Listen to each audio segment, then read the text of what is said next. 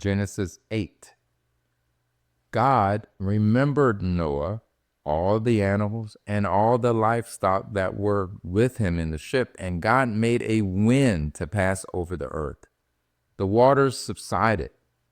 The deep's fountains and the sky's windows were also stopped, and the rain from the sky was restrained.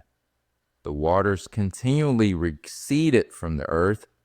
After the end of 150 days, the waters receded. The ship rested in the 7th month, on the 17th day of the month, on Ararat's mountains. The waters receded continually until the 10th month. In the 10th month, on the 1st day of the month, the tops of the mountains were visible.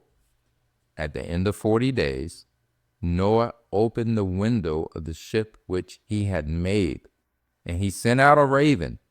It went back and forth until the waters were dried up from the earth.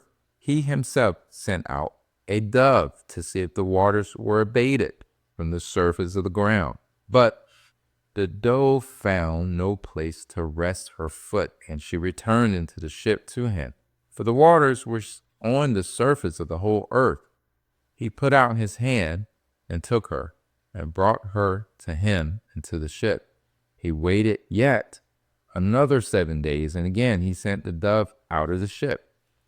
The dove came back to him at evening, and behold, in her mouth was a freshly plucked olive leaf.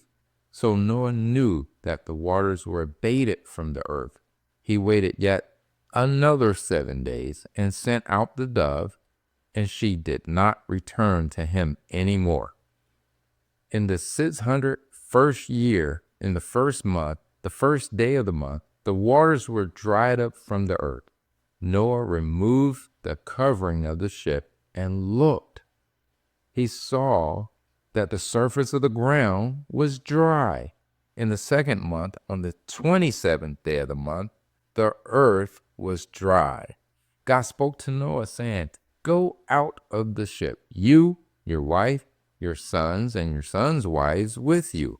Bring out with you every living thing that is with you, of all flesh, including birds, livestock, and every creeping thing that creeps on the earth, that they may breed abundantly in the earth and be fruitful and multiply on the earth." Noah went out with his sons, his wife, and his sons' wives with him, every animal, every creeping thing, and every bird, whatever moves on the earth, after their families went out on the ship. Noah built an altar to Yahweh, and took of every clean animal and of every clean bird, and offered burnt offerings on the altar. Yahweh smelled the pleasant aroma. Yahweh said in his heart, "I will not again curse the ground any more for man's sake, because the imagination of man's heart is evil from his youth. I will never again strike every living thing as I have done. While the earth remains, seed time and harvest, and cold and heat, and summer and winter, and day and night will not cease."